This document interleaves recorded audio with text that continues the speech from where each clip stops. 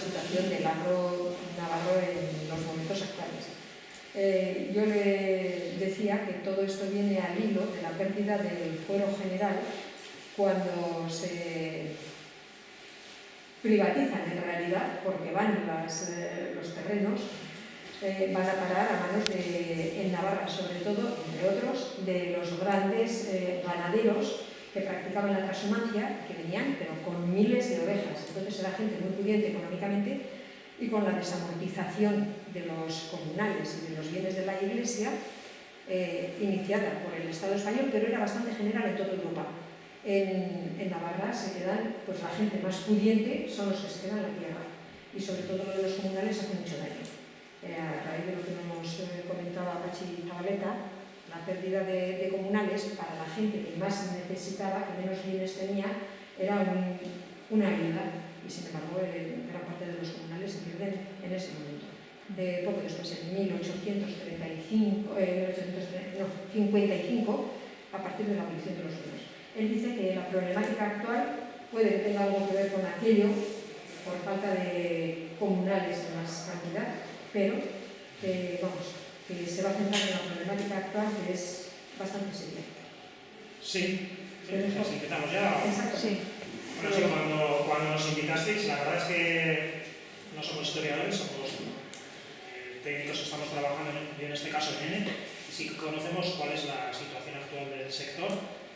Seguramente, bueno, cuando me llamaste la primera vez, me hablabas qué consecuencias habrá podido tener la pérdida de independencia en el sector primario. Pues seguramente, como pago a la fidelidad a Fernando VII, seguramente pues el conde de Lerín, yo que sé, la duquesa de Alba habrían recibido tierras, porque tienen tierras por todo el mundo, y eso sí tiene su consecuencia en cuanto a la pérdida de tierras. Luego ha habido mucha historia, ha habido una guerra civil, ha habido varias desamortizaciones, sobre todo el tema de corralizas, que yo he conocido un poco cuando trabajé en concentración carcelaria, cómo se vendieron muchas corralizas. Claro, ¿quién compra las corralizas? Que en ese momento es el rico del momento. Y eso sí que ha tenido consecuencias. Tampoco podemos decir que todo el comunal ha desaparecido, la forma tiene todavía bastante comunal, pero incluso para proteger esa pérdida de tierras, en muchos pueblos lo que hicieron fue, pues bueno, cada hogar o cada casa se le asignaban lotes, sobre todo pasa mucho en forestal, no pasa mucho, pero bueno, sí que sucede que hoy en día tenemos unos catastres en algunos pueblos con unos lotes prácticamente iguales en Casacristo, en el monte, que no tiene sentido, se ve que eso es algo ficticio, pero realmente la gente, por desgracia, somos como somos, y entiende que son derechos adquiridos y es muy difícil meterle mano a eso. Sí que ha habido otro tipo de aprovechamiento, sí que ha habido convenios con Elechales, con Castañales, que se han resuelto las cosas bien, tampoco se ha hecho todo mal, podemos decir que se ha hecho todo mal.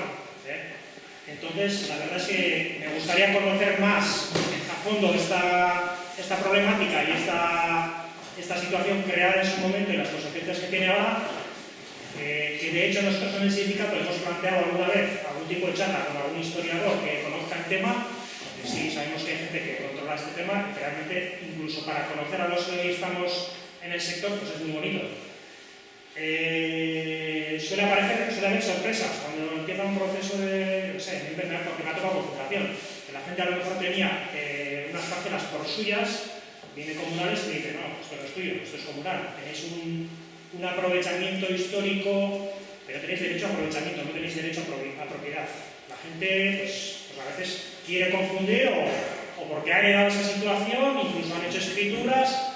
Es un mundo un poco complicado, muchas veces se ha resuelto esto con convenios. Pasó en Peralta, por ejemplo, cuando llegó el canal de Navarra, pasó eso. Había muchas tierras buenas, no estamos hablando de pastizales del monte o zonas rocosas con forestal. Tierras, las terrazas del Aragón, tierras de primera calidad, que llegó a la concentración. Había una corraliza que era de un dueño particular y sin embargo la tierra era de un montón de propietarios, por lo que la consideraba suya. Comunales dijo, no, tenéis el aprovechamiento, es un aprovechamiento gratis, pero no tenéis propiedad. Había habido durante todos esos años un proceso de transmisiones, ventas, compras, herencias, que casi lo trataban como suyo. Eso se resolvió con un convenio, que no me acuerdo los porcentajes que se le reconocían al propietario, los porcentajes que se le reconocían al comunal, pero ha habido casos así que se han resuelto de esta forma. Yo yo creo que, bueno, tampoco es una forma mala. Entiendo que comunales actualmente sí tiene un servicio, el gobierno ahora tiene un servicio de comunales para defender el comunal. Luego cada ayuntamiento, incluso cada navarro, en teoría, debe defender el comunal. Pero bueno, cuando chocamos con la propiedad, cuando chocamos con derechos adquiridos y cuando creemos que lo que siempre hemos llevado es nuestro, pues es difícil meter mano ahí, por decirlo de alguna forma. Entonces, bueno, pues lo que os digo, ya me gustaría ser historiador y conocer toda esta historia mejor, pero bueno, no es el caso. Entonces sí que hablaremos un poco de la situación actual de la agricultura. Y bueno, os he puesto aquí un esquema de lo que queremos hablar. No sabía un poco qué perfil de público, de personas vendríais, y he hecho una cosa un poco bastante general. Empezaremos por ver un poco qué usos del suelo hay en todo el territorio de Nafarroa, los principales cultivos que tenemos, tipos y cantidad de ganado, quién está hoy en el sector, cómo está estructurado en cuanto a las personas que hoy están en el sector, bien sean personas físicas, personas jurídicas. ¿Qué es la PAC, la famosa PAC, de la que todo el mundo ha oído hablar? Y bueno, los que estamos más o menos en el sector conocemos, no a fondo, porque realmente es una política muy complicada, pero bueno, procuraré dar unas ideas para entender de modo general lo que es la PAC. Y un poco los principales retos del sector primario que entendemos que tiene, desde el sindicato entendemos que tiene el sector primario. Pues bueno, sin más, empezamos un poco con esto. Luego cualquier pregunta me cortáis, me habláis, participáis y bueno, siempre una charla siempre es más rica cuando hay preguntas, cuando hay, seguramente algunos del sector estáis, por lo menos uno conozco, no sé si hay más agricultores o ganaderos por aquí, o sois todos más urbanos, o bueno. Bueno, a ver, ¿cómo va esta presentación? Bueno, os he hecho aquí un poco cómo está dividido Nafarroa en cuanto a usos del suelo. Nafarroa, si os dicho, tenemos 1 millón de hectáreas, más o menos, para cuadrar, o 10.000 kilómetros cuadrados. Entonces, como veis ahí, la superficie forestal supone prácticamente el 60%. Hay que decir que el forestal se incluye los tres bloques, los tres bloques que aparecen ahí. El arbolado, los pastizales, que serían, digamos, los pastos más limpios, y los matorrales. A veces es difícil definirlo como pastizal, como matorral, o como arbolado. Entonces, año tras año van cambiando los números, pero bueno, andan por ahí. Esas son un poco las cantidades. Hay bastante arbolado. De hecho, la superficie forestal en los últimos años está creciendo bastante, sobre todo pues, porque cada vez tenemos menos ganado en los montes, y aumenta un poco de los cultivos de secano sobre todo. Entonces, un poco esos son los números. Como veis, el forestal predomina. En cuanto a las superficies agrícolas, prácticamente 1/3 se considera superficie agrícola. Aquí también hay variaciones. Todos los años hay zonas que se abandonan, que las califican como matorral o como pastizal, pierden esa categoría, ¿no? Hay todo está vivo, digamos. A través del SIGPAC se van variando todas esas cantidades, todos esos números, se van asignando distintas definiciones en cuanto al uso del suelo, y es un poco cambiante, pero bueno, es un poco, se mantiene más o menos constante, con una evolución, como os digo, en los últimos años de aumentar la forestal, de disminuir los cultivos de secano y los cultivos de regadío. Ya sabéis que aquí se hizo con el tema del canal, en los últimos años se ha regado o se ha transformado bastante, entonces por ese lado el secano también ha perdido algo de superficie en favor del regadío, digamos. Como veis, entre las tierras de cultivo prácticamente 2 de cada 3 son secano, y ya en regadío tenemos 1 de cada 3 más o menos. El resto son superficies improductivas, construcciones alteradas o construidas o alteradas, ya que sea lo urbano, las carreteras, las pistas y las superficies de agua, los ríos, los embalses. Un poco esa es en general toda la distribución del suelo. Aquí no sé si lo veis, son un poco. Aquí os he puesto un poco qué cultivos principales tenemos. Bueno, supongo que todos conocéis Navarra, veis que el paisaje predomina el cereal sobre todo. Y bueno, sí que ha habido una evolución, pues vamos viéndolo un poco todo, en determinados cultivos que tradicionalmente han sido de secano, pues porque años atrás se aprovechaban las peores tierras, sobre todo en olivares, en viñas, como el resto de sectores, la agricultura también evoluciona y muchas veces ha sucedido pues por temas económicos que estos cultivos se han trasladado a zonas de regadío. Si os fijáis en viñedo y en olivar, prácticamente tenemos más regadío que secano. Esto hace 40 años no era así, prácticamente todo es secano. Es un poco la situación económica, la situación social la que lleva a que unos productos pues, se vendan mejor en ese momento y evoluciona en ese sentido. No sé, por destacar algo entre los cultivos, la hortaliza, como veis, como es lógico, casi todo el regadío, necesita bastante agua, destaca sobre todas el brócoli. Esto también es temas de mercado, Inglaterra falta mucho, pero bueno, aquí tenemos de todo. En ese sentido, la huerta en Nafarroa es bastante variada, pues todas las terrazas que históricamente se han regado en el Ebro, en las terrazas del Aragón, sobre todo en el Ebro, pues han sido zonas de huerta. Entonces ahí sí que hay bastante, incluso una industria paralela a estos cultivos. Y bueno, el resto de superficie pues, se divide en cultivos leñosos, que serían sobre todo frutales. Los cultivos leñosos son todos los que tenéis ahí, y el resto sería pues, pradera natural, que no son pastizales, serían las praderas naturales de siempre de la zona norte, que en su día lo forestal se convirtió en pradera, que más o menos se mantienen, no se clasifican como cultivos herbáceos, porque realmente es un manejo natural, no se levanta el suelo todos los años. Sí que dentro de los cultivos forrajeros que tenéis ahí como cultivos herbáceos, se incluye también praderas, pero digamos praderas que se van sembrando, se van levantando cada 2 años. Y bueno, estos son tierras de barbecho y otras tierras. Entonces, pues para que os hagáis la idea, esta es un poco la superficie que actualmente tenemos, que actualmente entendemos que va a ser bastante constante en ese sentido. Y os he puesto ahí a la derecha un poco para comparar cuánta superficie de esta en este momento está en ecológico. Bueno, socialmente en la calle se oye mucho hablar de producción ecológica, en el sector también, con la nueva PAC hay, por lo menos en teoría, mucho objetivo de aumentar esta superficie. Poco a poco está adquiriendo un mercado, es un producto más caro normalmente que el producto convencional, y bueno, sí que estos últimos años ha habido un aumento, tampoco, como veis los números, tampoco excesivo. En cuanto a tierras de cultivo, prácticamente solamente el 4% de las tierras que se cultivan están en producción ecológica. Hay que decir que, bueno, clasificarlas como producción ecológica se refiere a las parcelas que están certificadas ecológicamente. Esto no quiere decir que el resto de cultivos se utilicen fitosanitarios a mansalva.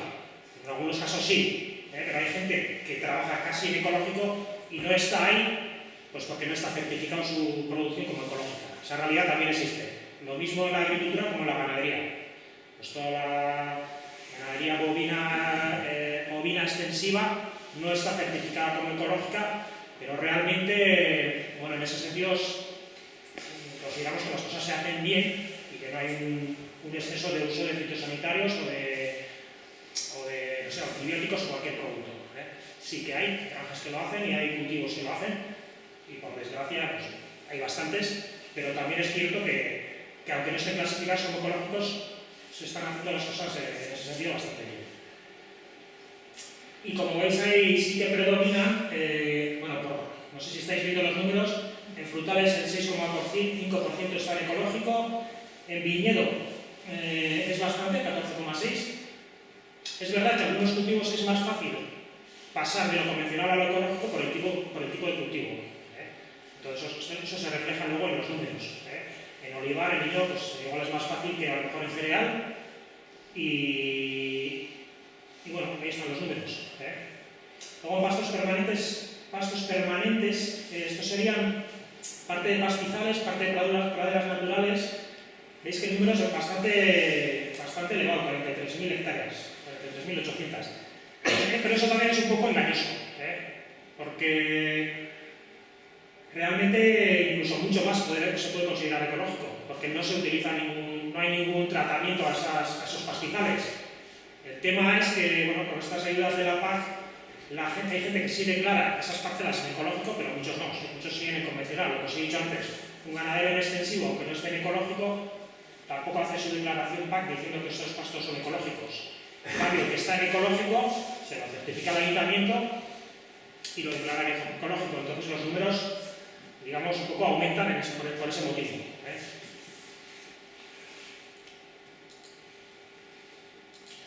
Bueno, esto lo pasaremos un poco rápido porque son muchos números y os haré igual una apreciación en cada tipo de ganado de cómo está la situación. Ganado ovino, caprino y caballar, que os he juntado un poco más que nada para que entren en el esquema, tenemos esos números. Como veis, si nos fijamos en el total de Navarra, tenemos 472.000 ovejas en este momento en nuestros montes o en nuestras cuadras también. La mayoría en extensivo, prácticamente tenemos dos razas, la lacha, que es minoritaria, pues no sé, hablamos 150, 170.000 ovejas lachas, y el resto casi todo es rasa o ahora se le llama vaca. Sí que hay algunas laconas, otras especies más intensivas que están en algunas cuadras, pero son las menos. Es preocupante en los últimos años la evolución que ha tenido, sobre todo el ovino. ¿Por qué es preocupante? Porque hemos pasado prácticamente de tener 800 y pico mil ovejas en 15 años a tener estos números, 470 y pico mil. ¿Por qué sucede esto? Bueno, ahí está también en la evolución de la PAC. Prácticamente hoy, para seguir cobrando la PAC que antes se cobraba, los famosos derechos históricos que a lo mejor habéis oído hablar, no se exige sí se exige un mínimo de actividad agraria, pero es muy fácil cumplirlo. Para que os hagáis una idea, se orientan las ayudas a tener hectáreas y no a tener ganado. O sea, se dice que se ha desacoplado de la actividad ganadera. Entonces, por eso, con mantener un mínimo de ganado, se siguen cobrando las ayudas. Eso ha traído como consecuencia que prácticamente también la situación económica, prácticamente no estamos consumiendo cordero, han bajado los números de forma escandalosa. Para que os hagáis una idea, la media a nivel del Estado es de 1,5-1,6 kilos por persona y año. Persona y año, el cordero es un desastre. Bueno, la situación es esa y la gente ha optado por quitar rebaños. Aparte del tema de relevo generacional, de que la gente mayor pues bueno, va abandonando el sector, la gente joven no se incorpora, tema de manejo de pastizales, toda la normativa que hay de aprovechamiento de pastos, que claro, si no eres de mi pueblo, si no eres no te dejo entrar cuando se están abandonando. Ahí también creo que tenemos que hacer un trabajo de flexibilizar ese acceso a los pastos. ¿Ves? Nos están cerrando los montes, cada pueblo quiere mantener, precisamente para cobrar los derechos de la PAC, aquí que no entre nadie, que me den las hectáreas a mí. Esa problemática existe. Eso trae las consecuencias, no hay disminución brutal de ovino. En cuanto a caprinos, nunca ha habido números grandes, más o menos se mantienen. Y el caballar sí que hay que destacar que en los últimos años pues bueno, se ha puesto un poco de moda. Se ha puesto como moda comer carne aquí, y bueno, en el resto de Europa también, algo se exporta bastante a Italia, y se ha disparado, bueno, un poco exageradamente, pero sí que tenemos cada vez más ganado de caballar. Es también verdad que es fácil manejar el ganado de equino, es mucho más fácil de manejar que el ganado vacuno, que el ganado ovino. Prácticamente mucha gente las deja en los pastos, 2 o 3 visitas al mes, 4 o 5, es un ganado fácil en cuanto al manejo.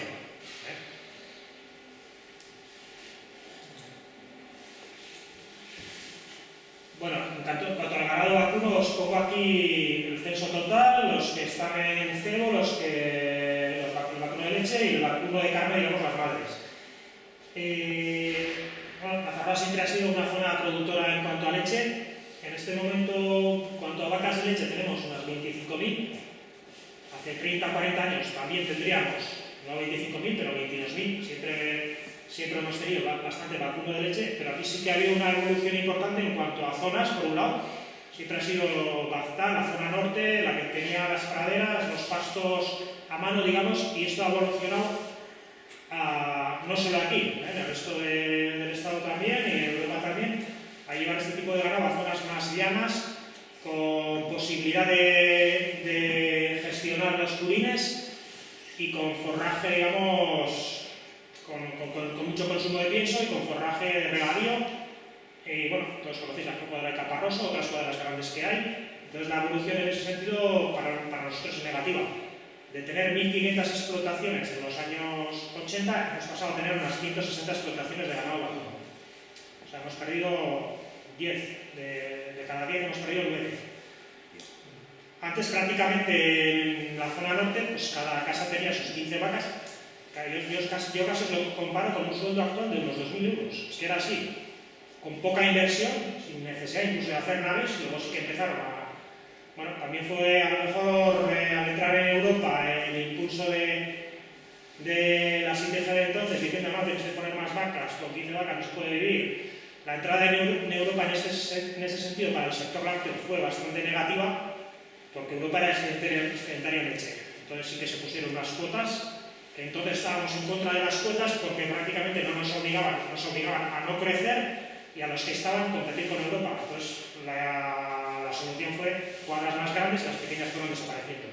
Cuadras más grandes, con inversiones, bueno, es un sector muy profesionalizado, por decirlo de alguna forma. Los números son muy ajustados, la genética ha mejorado mucho, prácticamente son inversiones grandes. Esto ha hecho que, bueno, que queden solamente 160 cuadras, con las consecuencias que tiene eso en cuanto a despoblación y tal. El vacuno de carne más o menos se mantiene. Es verdad que bueno, os lo comento sin más. Los números, no sé, económicamente son explotaciones que les está costando mucho. Prácticamente lo que nos dicen los ganaderos, mis cuentas son, no pierdo dinero con el ganado, me queda la PAC limpia. Por desgracia es así. Los precios son de hace 30 años prácticamente, los precios de los insumos últimamente además han subido mucho y es un sector difícil en ese sentido también. Bueno, aquí tenemos, os he puesto el ganado porcino. El ganado porcino ya veis que hay muchísimas cuadras grandes, las granjas. Es un sector que está prácticamente integrado. ¿Qué es integrado? Así como antes, en cada caserío, cada uno tenía sus 5, 6, 7 cerdas, en este momento todo eso ha desaparecido y quedan granjas grandes que además están muy orientadas a, bueno, yo tengo las madres, la siguiente cuadra tiene los lechones de transición, la siguiente tiene el cebo hasta tantos kilos, todos están integrados en empresas grandes, que prácticamente son trabajadores de esas empresas, aunque sí que tienen el riesgo empresarial, digamos, de la explotación es suyo. Cada uno hace un proceso, tienes que utilizar estos piensos, estos veterinarios. Es un sector en ese sentido que, bueno, industrializado de alguna forma. Y lo mismo sucede con las gallinas de puesta y carne. Sí que hay excepciones, hay alguno que trabaja con alguna raza de aquí, en plan más pequeño, produciendo transformando su producto. Con Euskaltel tenemos alguna filial que está trabajando, pero son los menos. Y en ganado de las gallinas, pues sucede un poco lo mismo. Tenemos las cuadras grandes, todas asociadas a M, que también están integradas y tienen todo su protocolo, pues 40 días para engordar, vacío sanitario, el siguiente lote, está todo muy industrializado de alguna forma. Pero bueno, también aquí hay más excepciones en cuanto a puesta sobre todo en ecológico. Dentro del sindicato tenemos unos cuantos que trabajan con huevo ecológico. Si vais por el Eroski, por cualquier supermercado, cualquier tienda, es fácil verlo. Bueno, más o menos están funcionando bien. Es verdad que bueno, es un sector sacrificado en el sentido de, me contaba un mozo de Tafalla, son dos hermanos que tienen gallinas en ecológico, que al año hacían 60.000 kilómetros para vender los huevos. Es un esfuerzo. Prácticamente en este sector tenemos gente que apuesta porque tiene una base territorial o una capacidad más grande de producir y vender a la industria transformadora, y otros apuestan por transformarlo ellos y venderlo ellos, sea en mercadillos, sea cada vez más por internet. También la gente está funcionando con estas historias, o de tienda en tienda. Bueno, son como dos apuestas distintas, ¿no? Y en el caso de gallinas de puesta, pues tenemos unos cuantos que están trabajando en ecológico. Sí que hay otro, bueno, en carne no sucede tanto, prácticamente no hay, sí que hay algunas camperas, pero bueno. Yo os he puesto apícola, pues bueno, principalmente porque me gusta además y porque creemos que es un sector que tiene bastante potencial en Nafarroa y aunque veis que hay 516 explotaciones, muchas explotaciones son de 10 colmenas, 12. Es un sector que a lo mejor algunos jóvenes en los últimos años sí se han instalado y que bueno, que creemos que puede tener futuro. Si además, si la PAC, o bueno, dicen por dónde va a ir, que se va a proteger un poco el uso de fitosanitarios, que sí que afecta bastante a este ganado, por llamarlo ganado. Pues bueno, hay estudios un poco que hacen ver cómo les afecta todo el uso de fitosanitarios a las abejas. De hecho, pues, hace poco vimos un reportaje en el que Francia están apostando por poner colmenas en ciudades grandes, pues porque no se están utilizando fitosanitarios en los jardines de las ciudades. Algo se utilizará, pero mucho menos. Hace unos años se morían muchas abejas, no sabían por qué. Es un poco significativo en cuanto al estado sanitario del medio ambiente, ¿no? El que las abejas vivan o no vivan. Es un poco, pues que marca un poco qué estado sanitario tenemos. Entonces, un poco los números son esos. Creemos que tiene potencial para crecer, porque prácticamente de esas 516 explotaciones, gente que realmente se dedica a ello, vive de ello, puede ser 20, 22. Entonces, bueno, vemos que sí que hay, para animar a los jóvenes, que sí que hay una posibilidad de instalarse.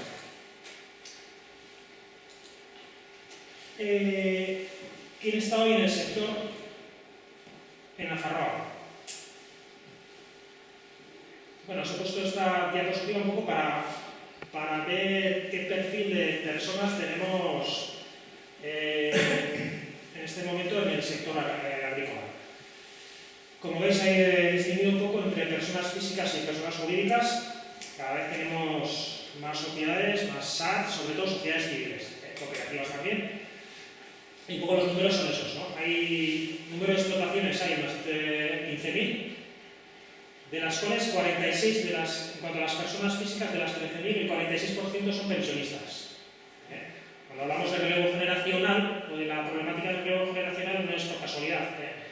En este sector, pues bueno, cada vez tenemos gente mayor, esa es la realidad, y un poco en cuanto al perfil del resto os he puesto un poco otros sectores. Significa que de las personas físicas que tienen explotación, que no están cotizando en la Seguridad Social Agraria o que no es esa su actividad principal, que están en otros sectores, sea la industria, sea los servicios o sea el sector, la construcción. Y los que están en el sector agrario o los que cotizan por su actividad agraria son unos 4.000 de esos 13.000. Claro, ellos, los jubilados no están, que no cotizan, y los que están en otros sectores puede haber alguno que cotice, tanto en la industria o en la construcción como en el sector primario, pero bueno, también son pocos. Prácticamente los que su única actividad es la agraria son los 4.000. De esos 4.000, solamente 3.000 son ATPs. ¿Qué significa ATP? Bueno, significa agricultor a título principal. Al final es una definición. Es una definición que en este momento significa tener una actividad mínima de media UTA. Media UTA es, pues, en cereal son 50 hectáreas, en secano, en ganado ovino de carne serían las 250 ovejas. Es una clasificación que hacen ellos, ¿no? Unos números que le ponen. Es más o menos cuánto ganado tienes que tener o cuántas tierras tienes que tener para ocupar tu año trabajando en este sector. Eso es la UTA. Entonces, para ser ATP se exige media UTA y que la mayoría de tus ingresos sean agrarios y cotizan a la Seguridad Social Agraria. Ya veis que todos los que cotizan no llegan a ser ATP. Explotación prioritaria es un paso más en el que poner, además de llegar a esos criterios de ATP, en cuanto a renta también tienes que llegar a un mínimo de, no sé, me acuerdo, creo que es del 35% de la renta de referencia. Estos tienen algunas ventajas, ¿no? Fiscales, cuando compran tierra, tal. ¿Qué es la PAC? Bueno, supongo que todos habéis oído hablar un poco de la PAC. Es una noticia bastante recurrente en la prensa, en la tele. Ahora están en plena reforma, no han llegado a la reforma que había que haberla hecho. Se hace una reforma cada 7 años, se ha retrasado, no ha llegado a tiempo, bueno, hay bastante lío en ese sentido. Bueno, la PAC es la Política Agrícola Comunitaria, dicha así. Esas son las siglas de esas 3 letras, PAC.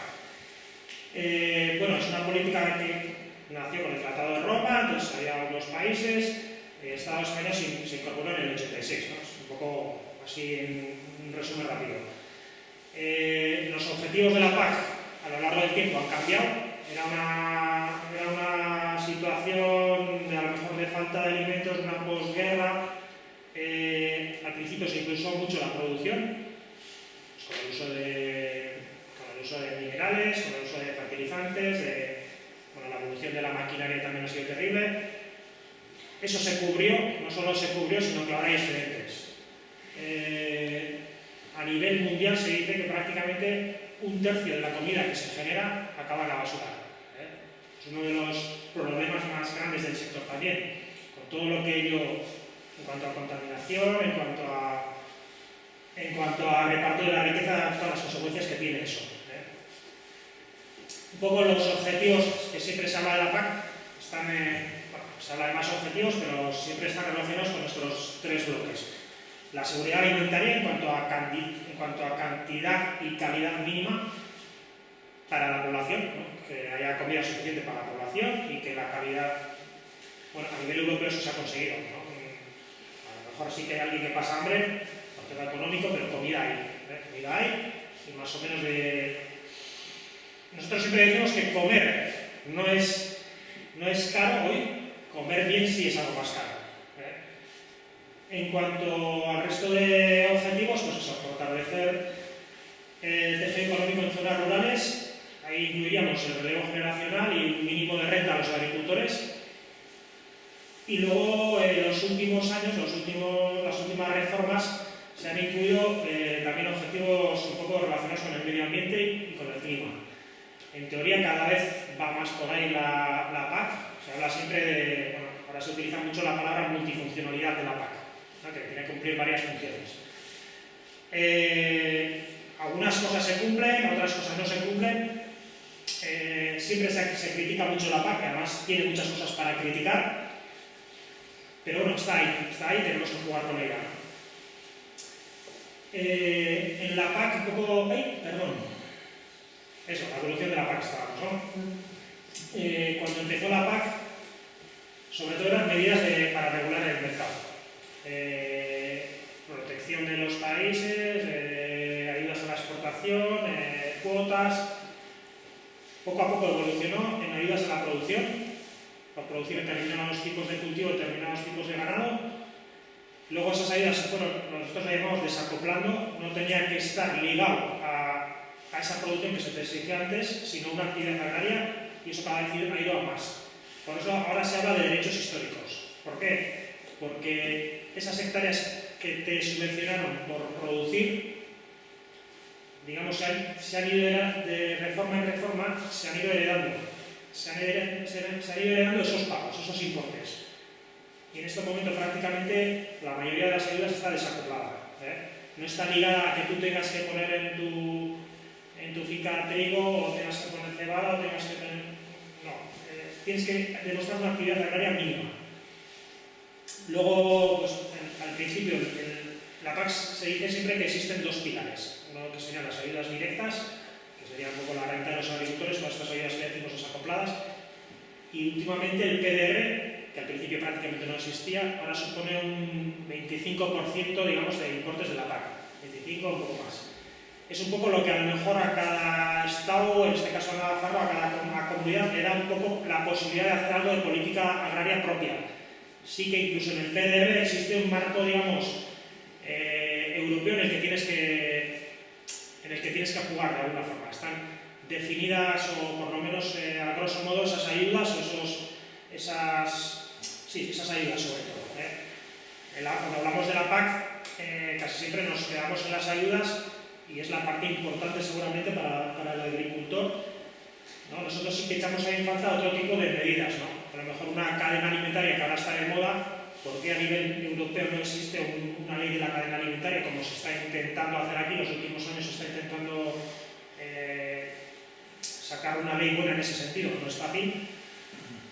Entonces sí que echamos, y un poco lo que os he dicho antes, cuando entramos a Europa nos quejábamos de las cuotas en el sector lácteo, pues porque bueno, a España le tocó una cuota muy baja.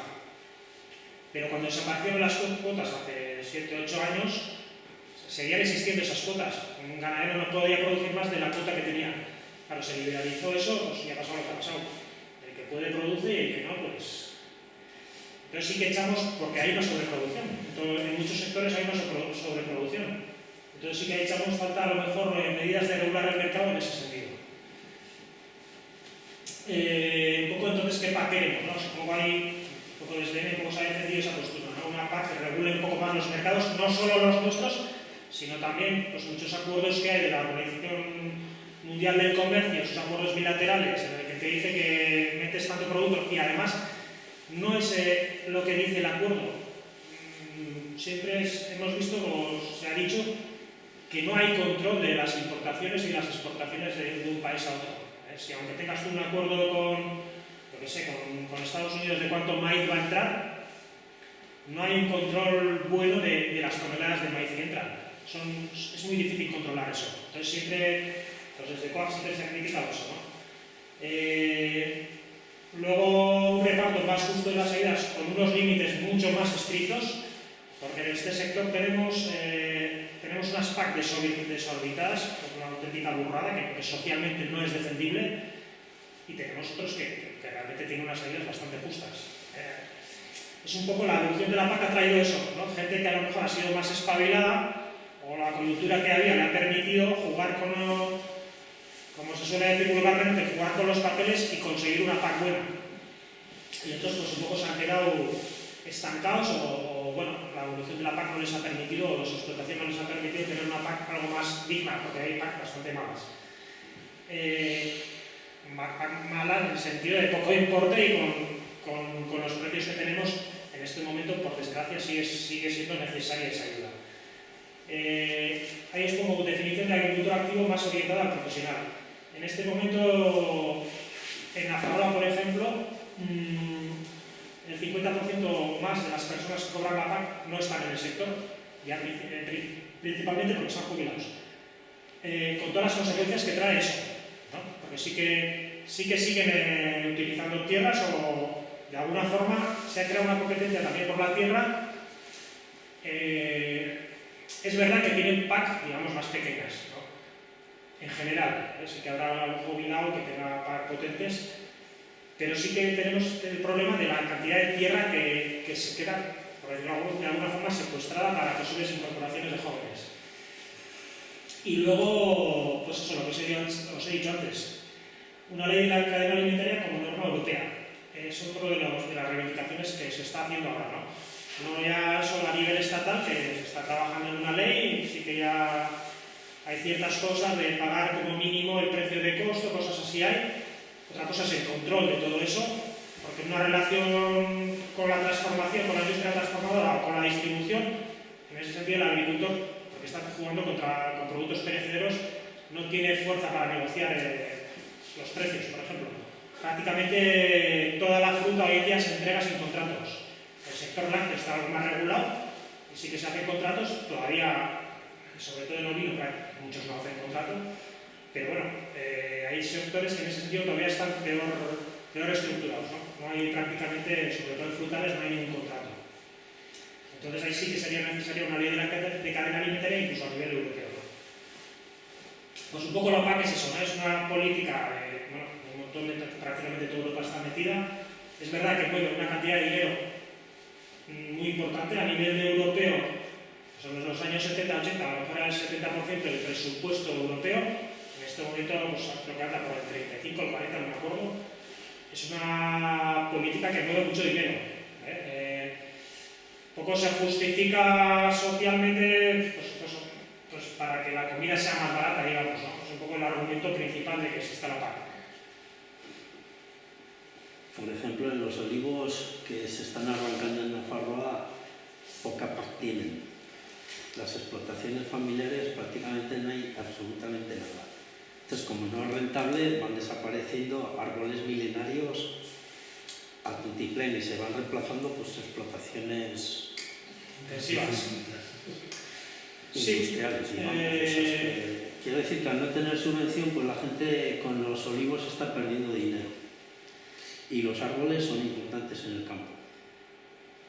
Pero también es un poco, hemos tenido ahora hace poco el Congreso nosotros, ¿no? Y bueno, cuando se hace el Congreso, se hace una ponencia de política agraria, otra ponencia de política interna, digamos, de funcionamiento, y sí que hemos querido introducir ese punto.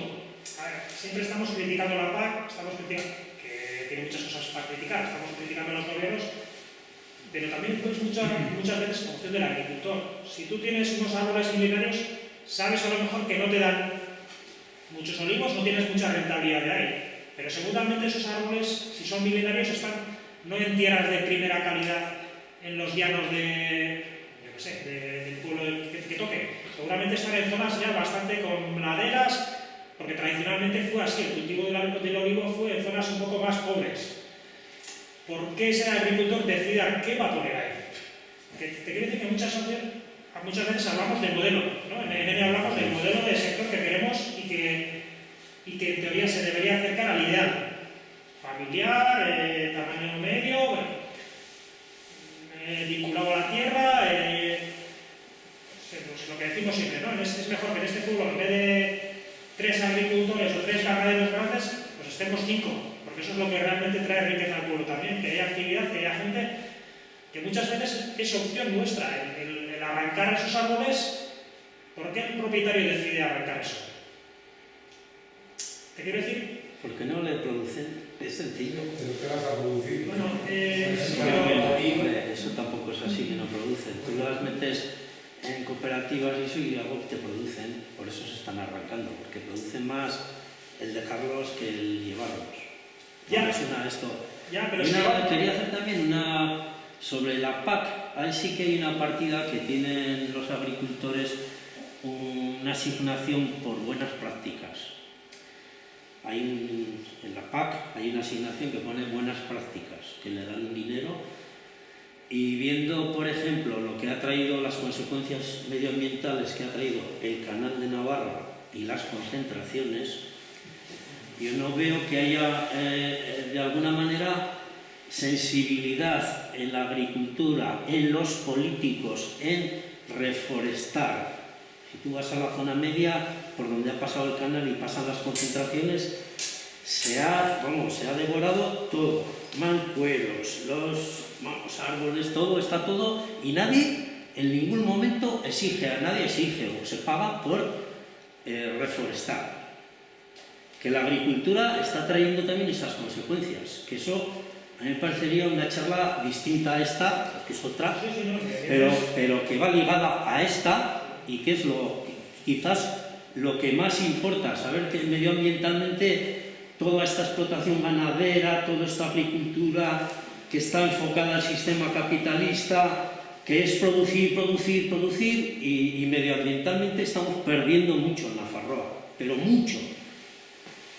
Sin más, lo dejo ahí porque eso no viene a cuento. También hay sitio para el medio ambiente, de hecho, se gestiona prácticamente pues, el 100% de las tierras agrarias las gestionan los agricultores, más parte del monte con el ganado. No digamos del agua, prácticamente el 90, no sé qué porcentaje será, el 80% del agua se gestiona a través de la agricultura, con el riego. Agua para boca, aunque en Navarra hay 600.000 personas, pues eso lo gastarán, pues no me acuerdo ahora, pero a lo mejor entre 100 hectáreas o 3.000 hectáreas todo ese agua se consume. Prácticamente se habla eso de que el 90%, no me acuerdo, el 80% del agua que se gasta es para regadío. Sí que hay que hablar de medio ambiente. Y como dices tú, las concentraciones parcelarias, si veis de aquí a Sangüesa, veis el paisaje, prácticamente no hay ningún ribazo. Es verdad también que ahora se vigila más. No sé el canal cuánto ha vigilado esto, pero a mí me ha tocado una concentración parcelaria, por ejemplo, en Esparza de Galar, y bueno, si pasáis por ahí, claro, luego es lo que el agricultor haga.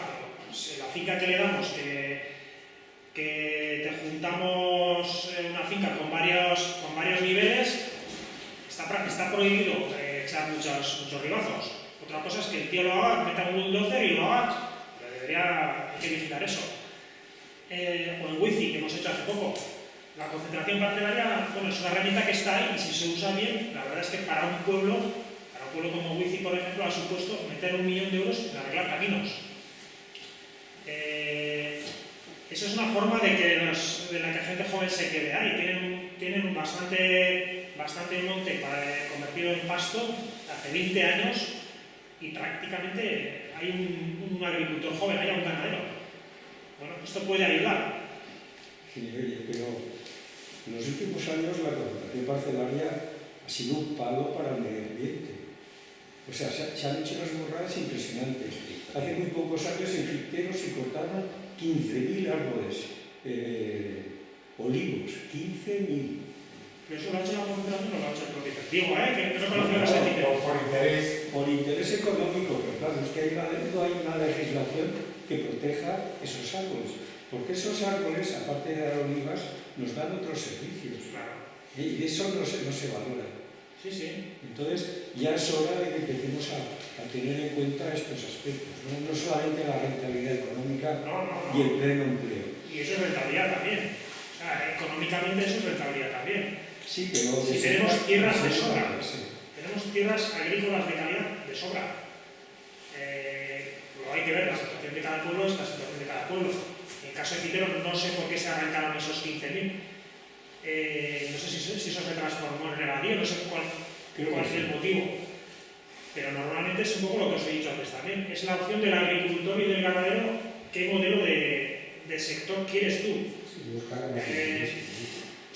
Hay gente que no tiene límite y le busca la vuelta a cualquier norma, y eso también lo tenemos que decir desde el sector. Oye, yo me acuerdo siempre de una frase que en una charla, en un debate nuestro, dijo, pues, que era presidente antes, Fermín Iribar, no sé si lo conoces. Sí. Un poco en su pueblo fue, estamos equivocados. Cuando se va alguien del pueblo y deja el sector, vamos todos a buscar sus fincas para aumentar. O sea, es mejor que estemos 10 ganaderos, en este caso concreto, o 20, que estemos 10. Porque se pierde vida. ¿Quién quiere vivir en un pueblo solo? Es un problema que la propia PAC también, tal como está estructurada, ha creado eso, ha creado especialistas en PAC en el sector. Ha creado especialistas en PAC, yo gestiono, yo diseño mi explotación para tener una buena PAC. Es verdad que hay que poner normas en ese sentido. En este momento está sucediendo que chavales jóvenes que se han instalado, pues han conseguido un montón de hectáreas de comunal, con muy poco ganado, le justifican esas hectáreas. Hay una, le llaman la reserva de derechos, que le están asignando un montón de hectáreas. Entonces nos encontramos con gente que está en el sector hace 15, 20 años, con unas PAC de 8.000, 10.000, 15.000, y chavales que han tenido acceso a la primera instalación que han tenido en la reserva, que se encuentran con una PAC de 30.000, 40.000 euros todos los años. ¿Qué sector tiene esa defensa en ese sentido? ¿Cómo va a luchar esa gente por el precio? Por eso hablamos de límites, tenemos que poner límites también a las ayudas. Sí, pero también es que seguimos en lo mismo, marcándonos la rentabilidad económica. Y estamos en un momento de crisis planetaria a nivel ambiental que parece que todo esto, que no se han enterado de lo que está pasando. O sea, yo cuando veo cómo están las concentraciones parcelarias que se han hecho en los últimos 20 años, me quedo asombrado. Todo lo que ha desaparecido, porque no son solamente los arbustos y los árboles, sino también las aves, los insectos y otros animales que los poblaban, ¿no? ¿Cuánto vale eso? ¿Qué precio tiene eso para la vida? De eso no hablamos. Solamente hablamos de la rentabilidad. Y vosotros como sindicato pienso que deberíais tender a exigir una legislación que valore y proteja estos aspectos ambientales, ¿no? Sí, una cosa que ya añadir un poco a esto de la PAC, ¿no? Me parece muy bien que haya todo tipo de ayudas y que se valore el trabajo, ¿no? Pero ¿cuántas veces hemos oído que un señor ha plantado cualquier cosa? Me refiero a Gonzalo, pues y dice, hoy lo recojo porque me viene mejor por Y esos casos los ha habido, me refiero que es real, vamos. Ese seguimiento, ¿de qué forma se puede decir, bueno, pues este señor recibe más para su cliente que, yo qué sé, el que se destruyan olivos?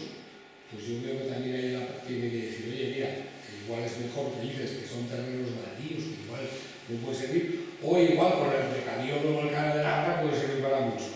Pero también ha habido muchas personas que han recolectado, vamos a decir, parcela, la concentración parcelaria, pero a título propio. A título propio que dicen, ahora tráeme agua y a precio más barato. El Edín decía, oye, no me traigas el canal de la Garra que me sale mejor mis acequias.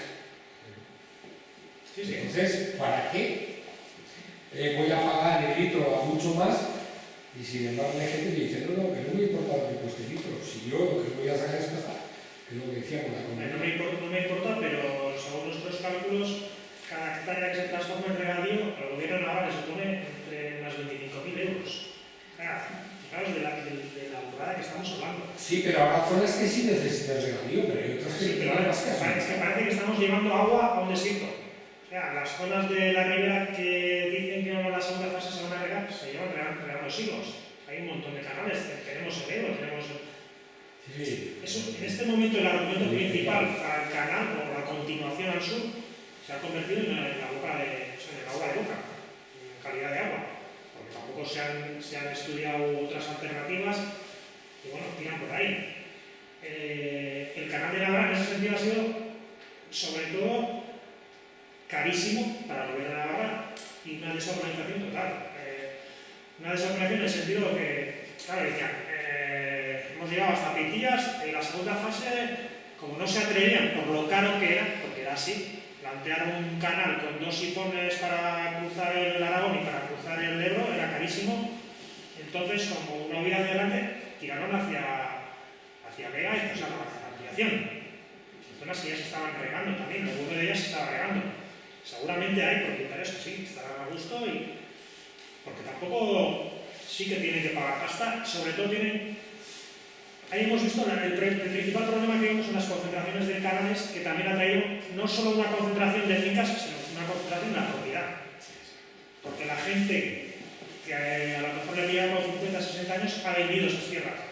Gente que a lo mejor ha sido cerealista toda la vida en secano, dice, oye, ahora voy a invertir yo 6.000 euros para amueblar mi finca. Esas parcelas se han vendido, como siempre las compran el que puede. Basta, el capital. Entonces, en ese sentido, él siempre ha sido crítico con el canal, porque no lo veía necesario y porque tiene esas consecuencias también, aparte de las medioambientales. Sobre todo, muchas veces cuando hablamos de medio ambiente nos olvidamos que las personas somos parte del ecosistema y que también somos medio ambiente. Hace 2 años nos invitaron a Lurranas, una feria que hacen en Iparralde, y todos los años cogen una temática. Cuando nos invitaron a nosotros, en el 19 creo que fue, la pandemia se me olvida ya, pues bueno, nos invitaron a participar como en Mazarroa, pues fuimos con algunos productores, y dentro de esa temática que trabajaban ese año, que era el cambio climático, bueno, el medio ambiente, no sé, no me acuerdo cómo era, nos dijeron, pues bueno, a ver si podíamos aportar algo. Entonces, con el sindicato de Iparralde, con el EB, hicimos una especie de decálogo y empezamos a ver qué supone al sector cómo lo vemos el tema del medio ambiente. Y llegamos un poco a la conclusión esa, ¿no? Que cuando hablamos del medio ambiente, es verdad que hay que hablar de aves, hay que hablar de insectos, hay que hablar de biodiversidad, pero nos olvidamos que hay que hablar también de las personas. Entonces llegamos un poco a esa conclusión, ¿no? Que siempre se olvida, también desde el punto medioambiental, pues todo eso que decimos de reparto de la riqueza, de que haya más gente en los pueblos, eso también es medio ambiente. Un poco la PAC tiene eso también. Si tú lees cualquier reglamento de la PAC, cuando la motivación de ese reglamento, que siempre los reglamentos o las leyes son así, ¿no? Primero hay una motivación, que no puedes casi no estar de acuerdo. Lo que pasa es que luego la norma escrita y los artículos te llevan a otro sitio. Y además también porque la gente tira por ahí, ¿eh? Es por eso que en este congreso sí que hemos querido sacar ese punto, que nosotros elegimos el modelo para agricultor y ganadero, tiene también su responsabilidad, aparte de lo que diga la PAC o aparte de lo que digan los gobiernos. Y eso también tenemos que a la gente que se está incorporando en el sector también le tenemos que decir eso, aunque a veces no les gusta. Y dicen, no, yo voy a por una vacuna, porque somos egoístas, muchas veces somos egoístas y tiramos a eso. El canal está previsto continuarlo. Pues yo voy a dar un pequeño dato de este año. Un dato. Por ejemplo, en mi pueblo, que es La Raga, ya no se podía regar cuando la gente quería. Y el despilfarro que hay de agua con el maíz es de traca. Pero ya no se puede regar. Y digo yo, hostia, si aquí, cuando la gente quiere regar, ya dicen, ahí no riegues esta semana, ahí tampoco. Eso es porque no hay agua, me imagino, no será por capricho. Entonces, si quieren seguir con el canal para abajo, todavía. No, esas cuentas, hay un informe de... Alucino. ¿Cómo se llaman estos? No me acuerdo ahora. Bueno, hay un informe eso que... De hecho, el Canal de Navarra pidió un aumento, a la Confederación le pidió un aumento de concesión. No me acuerdo, si los números también como son tan grandes se me olvida. No sé si eran 340 hectómetros cúbicos año, pues lo pidió hasta... Y la Confederación no le dio. No hay, dicen que quieren regar 21.000 hectáreas en la segunda fase. No hay agua para regar esas 21.000 hectáreas. Viendo lo que está sucediendo, No hay agua y es además... absurdo que continúe. Yo creo que no hay ni tierras. Además, se han cargado regadíos tradicionales como el de Lerín. Sí. Luego hay una cosa que para mí es preocupante. Los agricultores no pagan el uso del agua, verdaderamente en relación al precio del uso y de la construcción de la infraestructura. Esto es un pago aplazado, lo vamos pagando nosotros, claro, los ciudadanos. Un pago aplazado a X años. Pero verdaderamente de aquí, ¿quién tiene certeza de que en adelante van a poder asumir esos costos que adquirieron en un momento?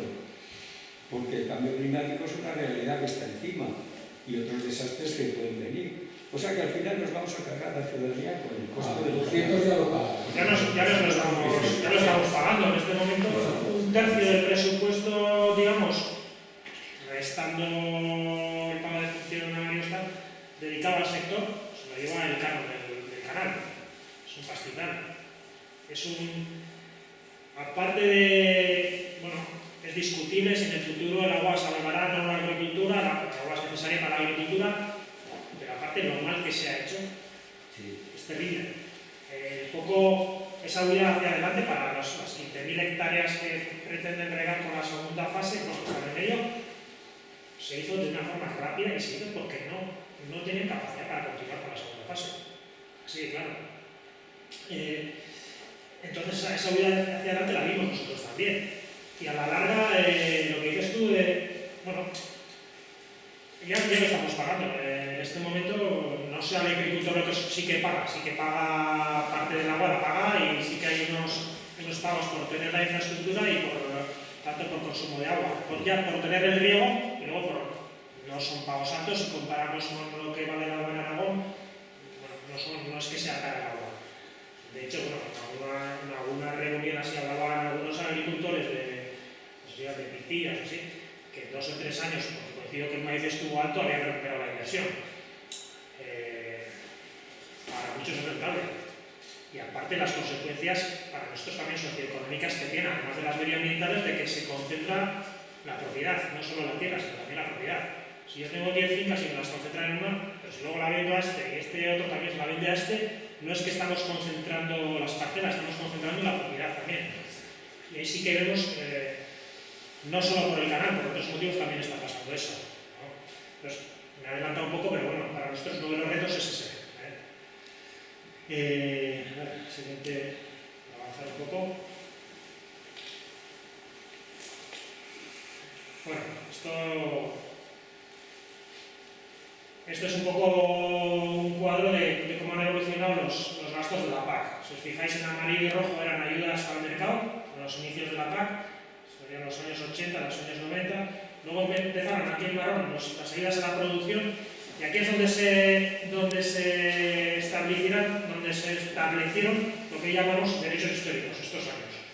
Quien cobró estos años, un poco ligado a la producción, luego pasó a cobrar de forma desacoplada, que sería lo verde. Y si os fijáis, estos años prácticamente lo verde es lo que predomina. Las ayudas, digamos, del primer pilar, las ayudas directas, prácticamente están desacopladas. Sí que se mantiene un poco ayudas al mercado, sobre todo en épocas de si hay exceso de carne en el sector o exceso de leche, o sea, hay unas ayudas a retirar esos productos del mercado vital, que sería la naranja, y luego las ayudas al desarrollo rural, que harían todas las ayudas a la inversión de jóvenes, la promoción de denominaciones, las inversiones de los agricultores y ganaderos, las agroambientales que tenemos, todo eso sería lo azul, sería el PDR, el Plan de Desarrollo Rural, que puede permitir cierta política propia a cada comunidad o a cada estado. Bueno, sin más, voy a un poco para ver la evolución.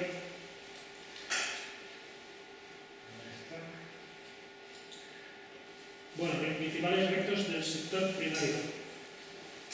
Bueno, para ENNE, un poco, pues estas son cosas que también se hablan en las ponencias del Congreso. Los principales retos serían estos, ¿no? El relevo generacional y el repoblamiento rural, unas rentas dignas a los agricultores, un poco, yo creo que la lucha principal debe ser esta, ¿no? Una renta vía precio de los productos, porque prácticamente estamos jugando con los precios de hace 30 años. Y en cuanto a las ayudas a las rentas de la PAC, un poco ahí lo que siempre hemos reclamado es un mejor reparto y límites. El punto 3 que os he puesto es un poco el lema que elegimos para el Congreso, Nekazaritza, Nekazario Nesku, agricultura en manos de los agricultores. ¿Por qué decimos eso? Por un lado, porque cada vez creemos que debería ser casi un objetivo del nuestro, lo es, y también del gobierno navarra. Claro, nosotros hablamos de 5.000 ATPs en Nafarroa. En este momento hay, no sé, 3.000 y pico. Creemos que hay suficiente actividad para esto. No nos gustaría un sector que se convierta en unos cuantos agricultores grandes con un montón de trabajadores. Nos gustaría que fueran más agricultores más repartido. Claro, esto es un poco a lo mejor nuestro sueño, digamos, ¿no? Pero bueno, eso es un poco nuestro modelo y un poco creemos que ese es uno de los retos, ¿no? Que no entren estos fondos de inversión, ya sea Caparroso, en Aragón nos hablaban de hace poco que un fondo de inversión estaba comprando 8.000 hectáreas para poder poner almendros. Es una cosa que está sucediendo no solo aquí, en el resto del mundo la gente, digamos, pudiente está invirtiendo en tierra, está comprando tierra. Es un activo que va a estar siempre ahí. Ya nos parece grave que la distribución o la transformación esté en manos de 4. Hasta ahora el sector primario se ha ido salvando, pero bueno, prácticamente, algunos ya hablan de la uberización del campo, le llaman. Hablando en números, en una época, aquel informe lo que decía, pero no sé si era el 10% de las explotaciones ya están produciendo el 80% de la producción agraria a nivel del Estado. Así que a lo mejor tenemos 1.900.000 personas que cobran la PAC, pero la producción está en manos de 200.000, 300.000 o menos el año pasado. Entonces sí que vemos ahí el principal reto para nosotros es eso, que en los pueblos haya agricultores.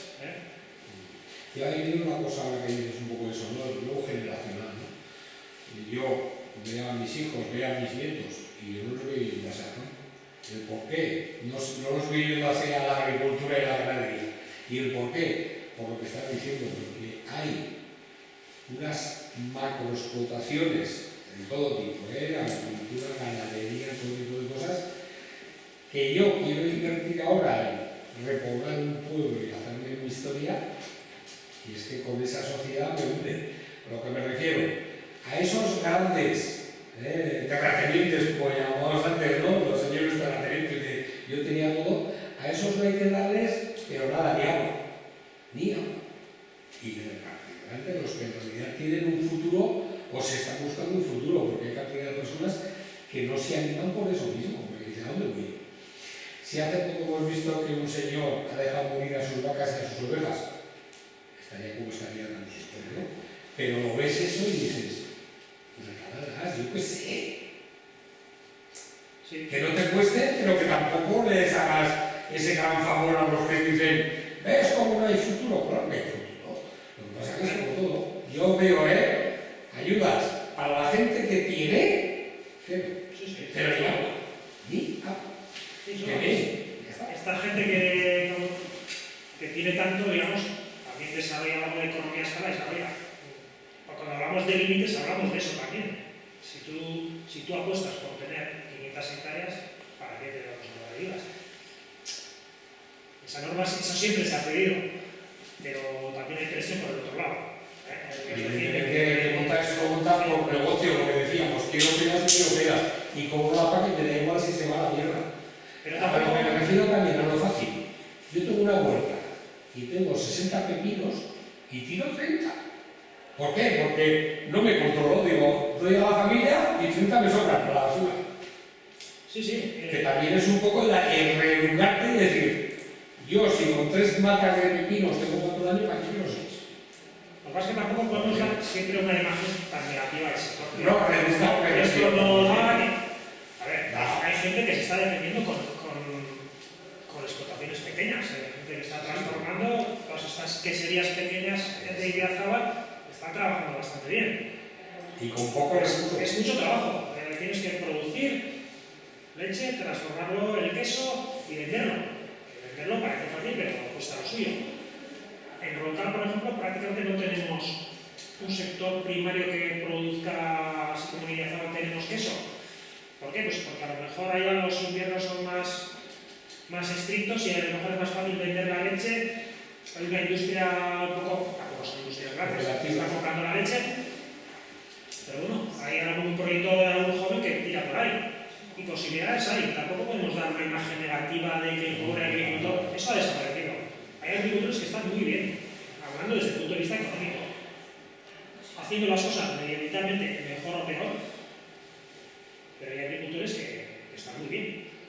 Esa es la realidad. No podemos decir, también hay agricultores que llegan justo a la renta y están sobreviviendo y esperando a la jubilación, porque tenemos un sector bastante envejecido. Pero hay una lucha por la tierra tremenda. Seguramente viciada por la PAC, pero nosotros creemos, porque si miras un poco todo el sector o todos los sectores que existen en este momento, estamos hablando de que según las encuestas estas que hacen de cuánta población activa hay en cada sector, solamente el 4% del sector se dedica al sector primario. Si nos vamos a los años 70, a lo mejor éramos el 60%. Cuando entramos en Europa, en el 86, creo que éramos un 15% o así, de la población activa dedicada al sector. Ahí están los agricultores y ganaderos, digamos, titulares de explotaciones, más sus trabajadores, los que tengan. O sea, solamente el 4%, y en Europa los números son parecidos, 3 y pico por ciento. En Estados Unidos seguramente incluso menos. Para nosotros eso es una pérdida. Es una pérdida. ¿A qué se debe? No solo en este sector, también ha pasado el resto. Un ordenador te trabaja como 40 personas. Una cosechadora te trabaja como 300 segadores. La realidad es esa. Sí, pero eso trae consecuencias. Sí, claro, pero trae consecuencias y negativas. Eso, vamos a ver, mira, para mí es más del modelo. O sea, cada vez queremos producir más, ganar más, mayores beneficios, etc. ¿Y qué conlleva eso? Pues conlleva la concentración de ganado. Mira lo que ha pasado en Caparroso, qué es lo que ha pasado en todo el estado con las granjas de cerdos que están contaminando la tierra, ¿no? Con nitratos y metales pesados, etc., ¿no? Eso no se cuantifica a nivel de lo que comemos, pues no, porque estamos comiendo alimentos que están en unas condiciones que habría que verlo, ¿no? Entonces, desde ese punto de vista tenemos que valorar cuánto vale el agua, cuánto vale el aire, cuánto vale el suelo. Eso no se valora, hay que producir. Para mí lo de Caparroso ha sido una cosa increíble, ¿no? Y se ha hecho, y ahí está, y han contaminado una zona que es C. Y porque saltó eso, pues si no, llevaban años haciendo y hubiesen seguido, con la misma política de contaminación de todos los suelos, ¿no? Y tú podías contar algo de eso, ¿no? Que algo sabes. Lo que está pasando con... Sí, pues por ejemplo en toda Nafarroa somos el vertedero de residuos industriales del Estado español, así de duro y así de claro. El vertedero de todo el Estado español, repito, Nafarroa, aquí. Y eso a mí me jode, nadie sabe, porque para que dos se hagan ricos, eso lo padecemos todos los navarros, que son residuos industriales. Están viniendo a Caparroso, a Biomendi, alguna que quiera abrir en la ribera, y con eso yo no oigo a nadie, ni el anterior gobierno, ni el anterior del anterior, ni el que está ahora, ni el que viene. No hay huevos para decir, en Nafarroa no entra un producto de fuera que contamine ni por asomo, que era bien sencillo. ¿Por qué? Porque a ningún navarro nos aporta nada, solo le aporta al que lo trae, que pondrá el cazo, me imagino, es una cosa mía, que cobra y joderse. ¿Y qué trae? No hay control. Ninguno. Y eso los ganaderos y los sindicatos también deben incidir en eso y decir, ¿qué está pasando en Nafarroa con los residuos? ¿Y dónde los vierten? ¿Y qué control hay? Cero patatero. Cero. A uno se lleva la pena. En Murcia, por poner un ejemplo, en Murcia, quisieron instalar una de este tipo que pone que si es biogás, que si es tal, que es una tapadera para traer esos residuos. Y el presidente de la comunidad murciana se negó, siendo del PP. Dijo, aquí no se pone una instalación. Y esa es la información que yo tengo, En Nafarroa, repito, estamos trayendo todos los residuos industriales de casi todo el resto del Estado español. ¿Por qué? ¿Por qué tenemos que traer la mierda de nadie, cada cual? Yo no digo que, a ver, nuestras granjas contaminan, que ese sería otro tema, el control de ganadero, que se debía de hacer, porque aquí venga granjas, una de 3.000, otra de 3.000, otra, al final eso son macrogranjas, y de eso tampoco se habla nadie. Y eso está contaminando. Pero sobre todo, lo que viene de fuera, vamos, a mí me enerva eso, me pone los pelos de punta al ver que todo Cristo pasamos, todos. Y si vas un día, te pones en la carretera Mendigorría y ves a 12 o 14 trailers que se llaman morga, que vienen de Vizcaya. Y unos vienen con un toldo y otros vienen con cisterna. ¿Quién hostia sabe lo que traen? Nadie, porque tiene un permiso ambiental o medioambiental para trabajar 30.000 toneladas, el señor de Biomendi, por ejemplo, y con su documentación está trabajando más del doble, con lo que aporta él, Te tienes que fiar de sus papeles para ver que está trabajando con el doble de lo que tiene de autorización ambiental. Y eso te lo dice él, pero control no hay ninguno. ¿Quién te dice que no trabaja 10 veces más? Las tierras, nadie controla los metales pesados, que es obligatorio. Los nitratos. Bueno, estamos en una situación medioambiental con esos temas tercermundista. Y eso hay que hincarle el diente entre todos, lo que sea. Decirle a este gobierno que, oye, el que produce residuos industriales, me da igual donde sea, que se los elabore y se los mantenga y los tengan ellos, para ellos. Si serían muy buenos no vendrían aquí.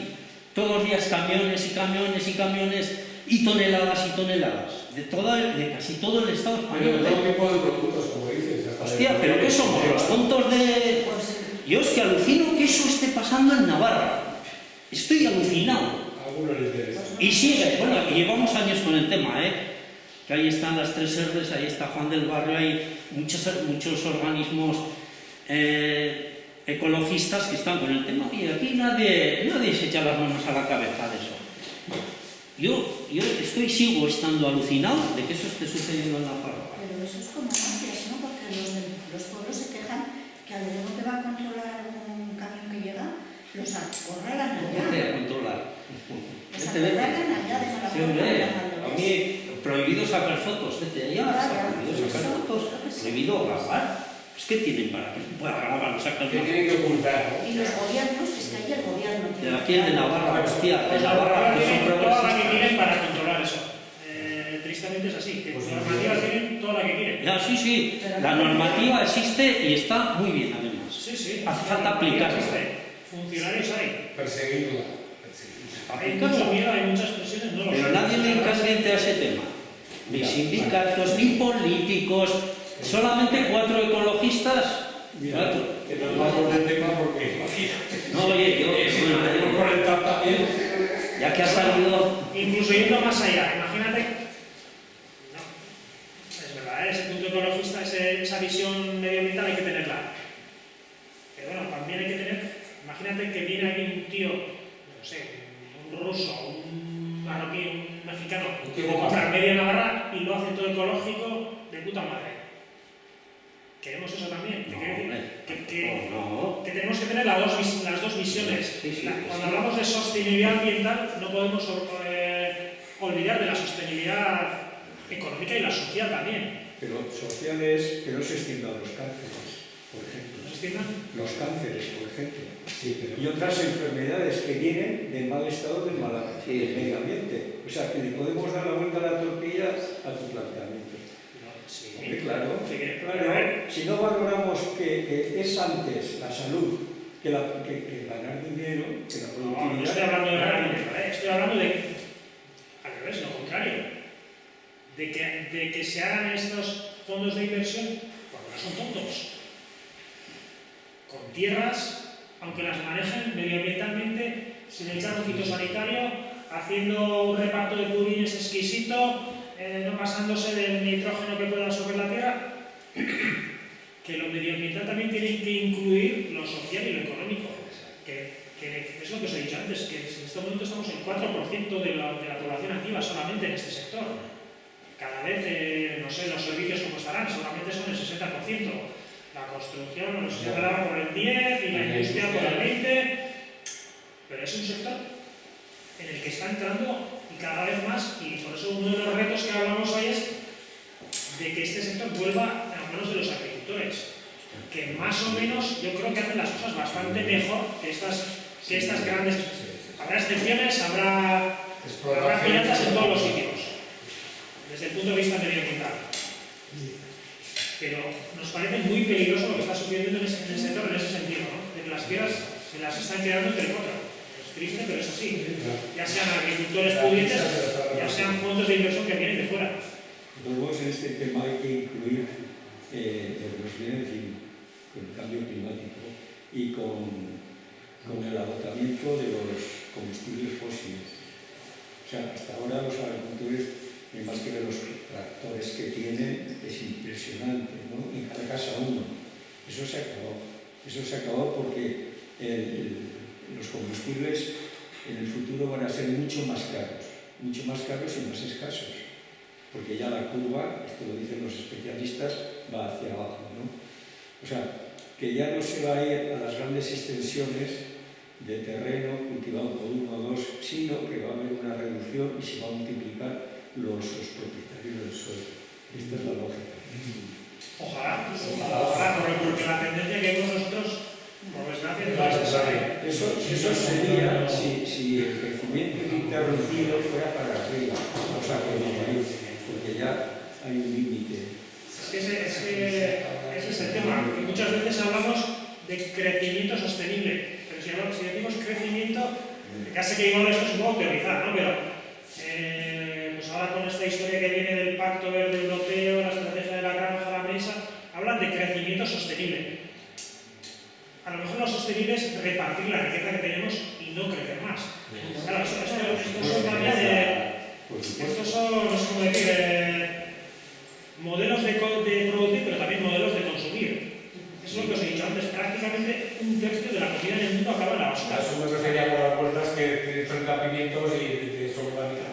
Eso me refería. Pero bueno, eso va a suceder siempre. Tenemos que asumir que este sector, los productos son perecederos y pérdida va a haber siempre. Pero los números que tenemos ahora, y aparte de eso, a pesar de toda esa abundancia, hay zonas en el mundo en las que se está pasando hambre. Quiero decir que son unos choques tan fuertes, que al final deberían ser estrategias un poco más globales, pero serias. No sé si el cambio climático espabilará al mundo, a la sociedad, de por dónde tenemos que tirar, pero no, está claro que está ahí. Pero una cosa es escribir las normas y los reglamentos, y otra cosa es que se apliquen y que se apliquen con criterio, rigor, con conciencia, con Pero bueno, tanto en este sector como en el resto, no solo se habla de que este sector contamina mucho, pero un buen manejo de este sector también puede ayudar a captar ese CO2, con un buen manejo de pastos, con una buena gestión.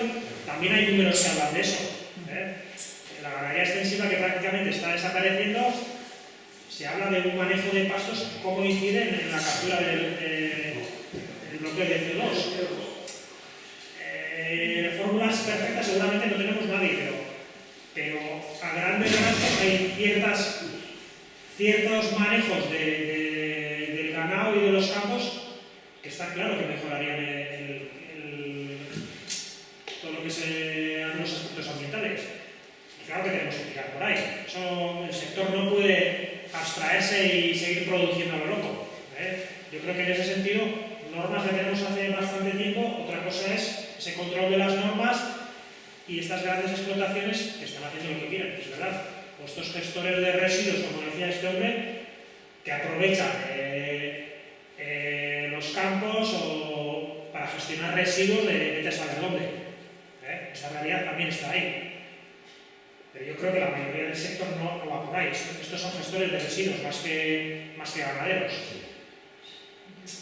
Bueno, son cazaprimas. Por ejemplo, la empresa de Caparroso, que eso es una auténtica mafia, pues puso una granja, una macrogranja bien estudiada, y amparándose o apoyándose en las primas que daban a la producción de biogás, entonces sus residuos del vacuno los procesaban y conseguían biogás. Pero a la vez vieron que el negocio no era ese, el negocio era traer los residuos industriales líquidos de todo el Estado.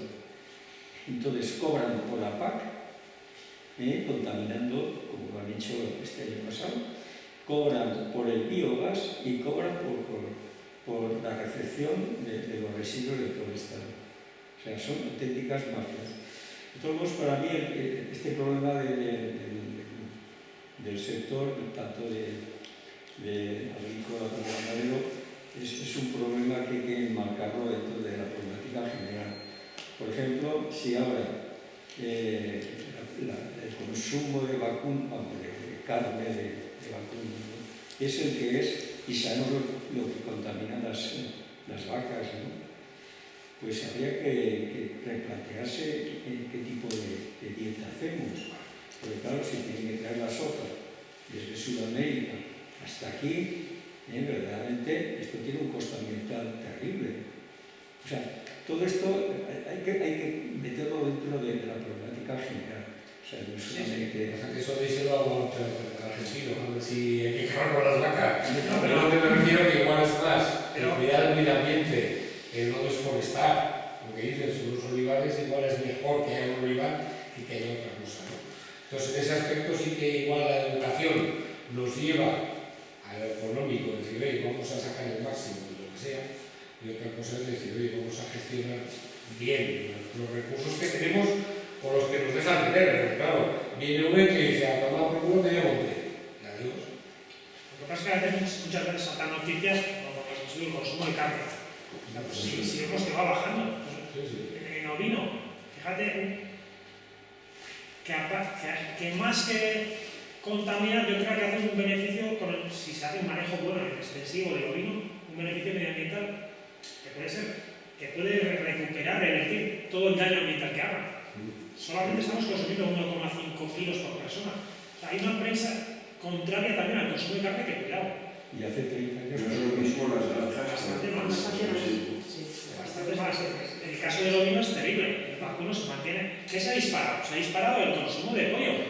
Fíjate tú dónde se produce el pollo. Si desde ese punto de vista es la peor carne que podemos tener. ¿Por qué?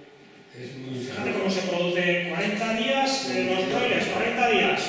Vacío sanitario, nuevo lote, 40 días con medicamentos en el agua, con un control veterinario, y es la carne que más consume la gente. De hecho, hay un experimento de carne de pollo criada de una forma mucho más, pues en 80 días, suelta por las huertas, picando, compararla O sea, ponerle en un plato ese tipo de carne a una persona, otro que ya está, y el pollo de siempre, el que compramos en la carnicería, que haces así, limpias el hueso, la gente prefiere comer ese pollo que el que está criado de una forma mucho más sostenible y de mucho más calidad, sobre todo. Aparte crece menos. No es tan grande como el pollo que has podido cebar. No, crece más, porque son 80 días, Crece más recio. pollos así. Crece más recio. La carne Es una carne mucho más dura, la gente se ha acostumbrado a consumir eso.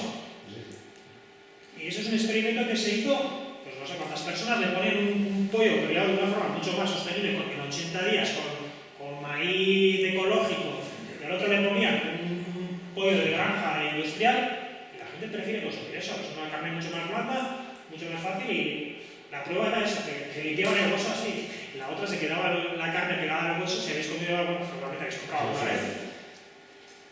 Y también se crean hábitos de consumo. Tampoco podemos decir que todo es un desastre, porque si ves datos un poco objetivos de lo que vive la gente ahora, lo que vivía hace, no sé, hablaba uno, por ejemplo, del año 1900 y pico, en una nota de prensa, un coche pilla a un anciano de 40 años. O sea, hoy uno tiene 40 años, no es un anciano. No podemos decir que todo esté hecho un desastre. La gente más o menos come bien, o come mejor que antes, o por lo menos todo el mundo tiene acceso más o menos a una comida más o menos buena. Pero comer bien, de calidad, sí es bastante más caro que comer. Si queremos, entendemos que cuando se habla, por ejemplo, de toda esta historia de las vacas que salieron y que consumían no sé cuánto, se consume por el modelo de producción. Si tenemos 300 vacas o 5.000 vacas como en Caparroso ahí metidas, hay que traer, lo que dices tú, la soja de América, el cereal, con todo el cereal que tenemos en Navarra. En cereal somos importadores de cereal en global. Seguramente exportaremos de todo, frutas, hortalizas, leche. Todo lo que queremos exportamos. Queso no sé cómo andaremos por ahí, porque tampoco se hace tanto queso. Prácticamente somos exportadores de todo, excepto el cereal, que es lo que más tenemos. Por todas las granjas industriales que hay, por todas las granjas de cerdo, de pollo, de estas vacas intensivas. Y ese es digamos, el despropósito, que se está moviendo el cereal de aquí a Francia, el de Rusia para aquí, eso es lo que hay que controlar, ese mercadeo de... Lo de kilómetro cero... Hay productos de kilómetro cero, tampoco podemos decir que no. Es un poco lo que siempre hemos hablado de modelo de agricultura y de sector. Lo que pasa es que a veces es más fácil producir en una granja y tener todo mecanizado y prácticamente un tío que está controlando una granja de cerdos, de 3.000 cerdos de cebo, pues mira, los que sean, no acuerdo los números, los toques que hay. Pues con un botón están alimentando a todos. La tecnología también tiene eso. Tiene sus pros y sus contras. Es lo que os he dicho antes, hoy una cosechadora trabaja como 40 tíos que están segando, o un ordenador en cualquier sector. Ese es un poco el modelo social al que hay que darle una vuelta a los hábitos de consumo y al modelo de consumo y de producir, no solo en el sector primario, en todos. No es fácil, nadie tiene una varita mágica, pero eso pasa sí o sí por un reparto de la riqueza, pero no solo en el sector primario, en todos. Y lo que pasa es que decir eso para muchos es un poco por lo que ha pasado en Caparroso, que sí, que seguramente el gobierno ahora puede hacer mucho más en temas de control medioambiental, pero bueno, por lo menos intenta poner los límites. Seguramente queremos que menores, esto lo echaron para atrás con una sentencia. Un decreto no puede regular esto está por encima de lo que puede hacer un decreto, la competencia, el mercado libre, estás, limitando mi competencia a la que tengo derecho.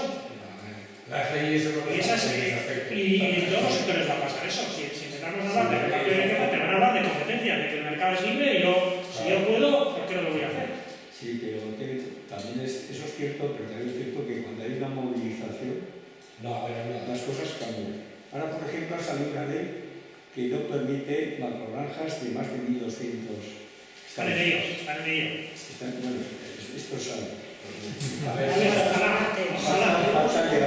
Hoy viene en el noticia que la granja de Soria, que solo le falta tener el permiso de la Confederación de la Lo demás,